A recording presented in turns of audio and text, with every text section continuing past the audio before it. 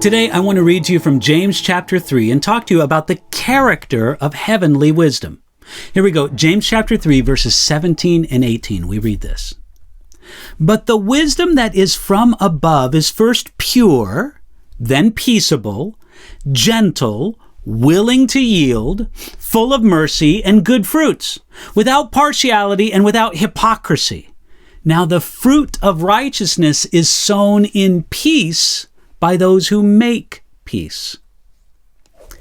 In pressing the need for all Christians to live with wisdom, but especially those who are teachers and leaders among God's people, James exposed the bad results that come from earthly wisdom.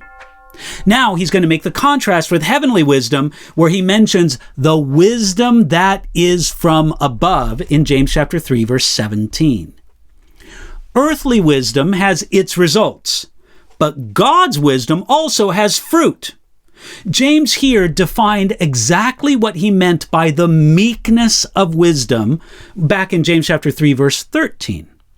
You see, this wisdom that comes from God is first pure, then peaceable, gentle, willing to yield, full of mercy and good fruits, without partiality and without hypocrisy. The character of this wisdom is wonderful. It's full of love and a giving heart. It's consistent with the holiness of God. This wisdom is first pure. The idea here is not so much of sexual purity, but wisdom that's free from sinful attitudes or motives. Then this wisdom is peaceable. According to one commentator, this word has a royal association. It is the wisdom of a great king who has the right to make war or give judgment, but instead he graciously chooses peace and kindness. Then this wisdom is gentle. William Barclay said that this was the man who knew when it was wrong to apply the strict letter of the law. You see, the man who knew how to forgive when strict justice gave him the perfect right to condemn somebody. Then this wisdom is willing to yield. It isn't stubborn.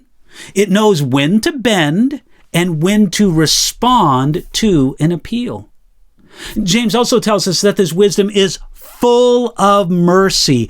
It does not judge others strictly on the basis of the law, but it will extend a generous hand full of mercy.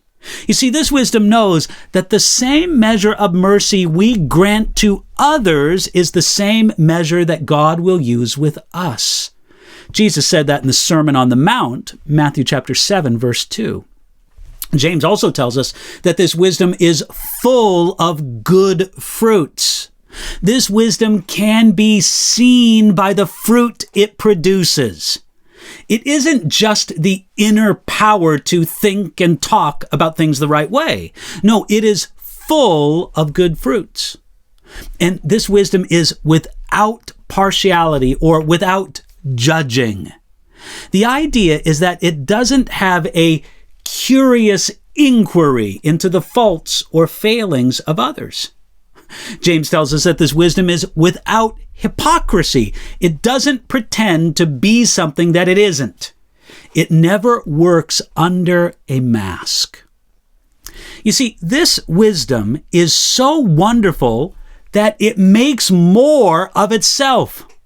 When James wrote, "Now the fruit of righteousness is sown in peace," the idea is that this fruit of wisdom is like a seed that will bear fruit as it is sown by those who make peace.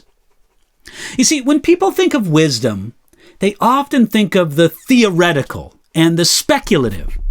They think of a detached philosopher putting forth fancy ideas, yet heavenly wisdom, biblical wisdom, is completely practical. It translates into real life, and it makes for people and leaders who are full of love and goodness. That's heavenly wisdom, and the wisdom that God has revealed to you in Jesus Christ today.